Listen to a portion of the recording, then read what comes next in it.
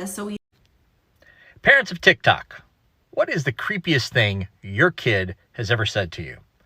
So this morning, I take my 4-year-old to the doctor. He had an ear infection a couple of weeks ago. We went in for a follow-up. Everything's okay. As we are leaving, we pass a couple of wheelchairs in the lobby. And my 4-year-old looks at them and says, "I've never used a wheelchair."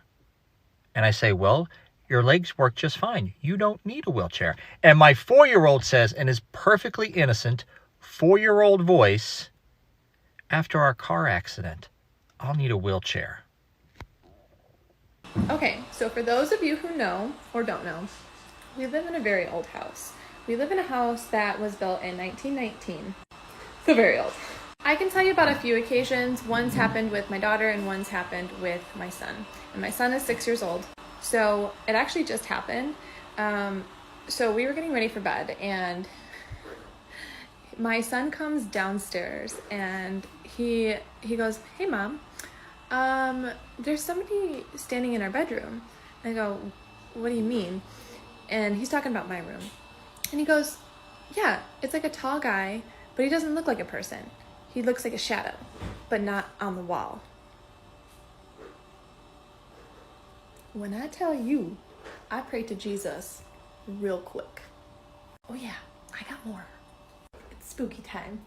My oldest child wakes me up in the middle of the night and tells me about this horrifying dream that she just had where a massive demon is straddling her and has these 2 fingers that are 9 inches long and they are on fire, and he is trying to, how she described it, claw the life out of her. And she was able to escape her bed and wake up and come tell us. Well, later that day, my second oldest comes and tells me he had the same freaking dream. So I'm going through their room praying over their space and praying over their bed, and both of their pillows have massive seared, singed claw marks through them. Literally parallel. Both of their pillows. When I tell you, I about burnt my house down. So of course we went through all the physical possibilities.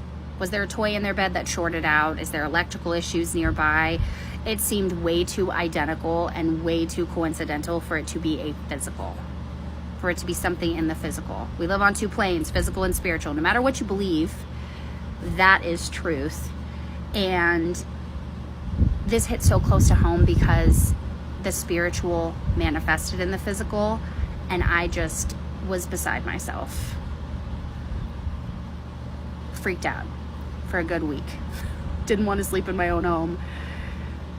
But really grateful to have my eyes open to those things so that I know how to war against them. One day when my youngest was about 3 or 4, in the middle of doing something in the living room, whatever, it was family time, homework, something, but it doesn't really matter. She all of a sudden, out of the blue, told her brother, "Do you remember when you ate me?" And she was dead damn serious, just dead serious. Here's the funny thing though, he chuckled, right? Which, you know, it's funny. He's like, "Yeah." I'm like, "Okay, no, hold up, time out. When the fuck did this happen?" And she's like, "Yeah, Mom, he ate me. We were really, really hungry. And I thought that we were going to die or something. And he was bigger than me, so he just ate me." But here's the funny part. She was like, "But," she did the whole little hand thing too. "I didn't want to be born a boy, so it's fine. I got what I wanted." And I'm like, what? Mind you, when I was pregnant with my son, I was actually pregnant with identical twins. Twins run in my family. Multiples run in my family, naturally. Okay. So I was excited, but I couldn't hold food down or what have you, to the point that I had to be monitored and I had to be put on IV and things of that nature multiple times a week just to make sure I got the nutrients and stayed hydrated. And I was doing better. They wanted to do another ultrasound to make sure that the babies were okay. But when they did it, they only saw 1 baby and 2 umbilical cords. Like the other umbilical cord was just hanging there with nothing else.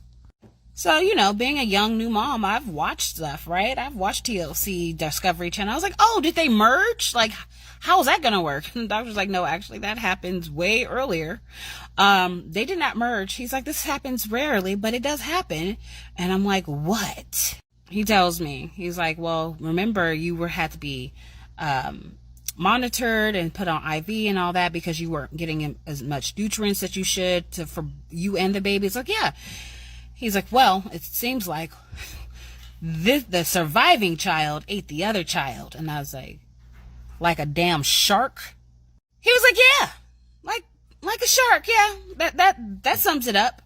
I was like, so what the hell? Like, do we need to do blood tests? He's like, no, it's fine. I mean, this baby is nice and healthy and big. I was like, oh, okay. But I never told my children that. I never told any of my children until that day. That's when I told them that story. Like, never told them any of that. I was like, yeah, so sit down. We need to have a conversation. And my youngest, she knew exactly. She's like, yeah, I know. My son, he's a boy. He doesn't talk a lot about that stuff, but he knew. But that's the funny part. She knew everything, and she was happy to come back as a girl. So there you go. I say. So Jasmine goes away to overnight camp, and her mother and I decided to go into her room, deep clean, and defunk this bedroom. When she got home from camp, she was pleasantly surprised.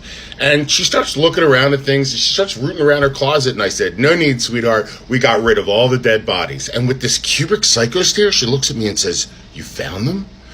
And I was laughing. I look back at her, and she's staying in character. And for a second, This one would not be my kid. This would be some random child in, it was a Sears, some sort of department store. Anyway, we'll just say Sears for the sake of the story. Anyway, so this little girl runs up to me and gives me a great big hug. And she says, Daddy, I missed you. And there's a mom and a dad. And they're both looking at me and looking at each other, looking at the kid. And the mom says, honey, that's your daddy. She says, no, he was my daddy before. In my last life, before you were my mommy, he was my daddy. And he said, then I'm like, the fuck? And she goes, okay, Daddy, I gotta go now. I love you, bye. And I'm like, bye, kid. That memory still bothers me. When my son was 4, he would always tell me that he wasn't from this planet. Oftentimes, I would find him visibly upset. And when asked why, he would say, because I'm not from this planet. When he was around 6, we had started talking about it one day, and I asked him to explain it to me, and he said that he isn't human. This is just the form he uses on this planet. And then he says that he chose me, exact words, he chose me as a vessel for his rebirth. And then followed it up with, sometimes I really miss home. He hasn't mentioned it in a while, but still to this day it creeps me out thinking about it. So it's August 5th, the date of my second son's 5th birthday, 2017. We're sitting at the doctor for his 5-year-old checkup with him and my then 1-year-old son. A lady comes in with a set of twins and a double stroller. So my 5-year-old looks at me, straight face. Hey, Mom, you need a double stroller. What I need a double stroller for? You're 5. You can walk. Kanan's 1. He has a stroller. He says, not for me and Kanan. For Kanan and the new baby. Just like that. New baby? Ain't no new baby. What the hell are you talking about? I immediately leave the doctor's office and go straight to Dollar General. Buy a pregnancy test. Piss on the stick. Positive as hell. How the hell? This trend belongs to my aunt, but she's not on TikTok, so here you go. My mom and I were moving into a new house, so my aunt and my cousin came to help us. After making a few trips inside, my 6-year-old cousin takes a seat on a stump in the front yard. He then turns and looks at the three of us out of the blue and says this place was built on an Indian burial ground. Once he saw the looks of what the fuck set into all three of our faces, he then began to hysterically cry and ran to my aunt. Looking back, we really should have loaded our shit back up and left. For the following 12 months, my sister was thrown down the stairs. I had a very large something get in my bed with me. I had a big green head floating outside my window. The fabric, non-electrical angel on our Christmas tree caught fire. We had a random message pop up on our answering machine of a mother beating her daughter with no missed calls on any of the caller IDs. Long story short, we ended up going to the local library and finding out it was built on a burial ground.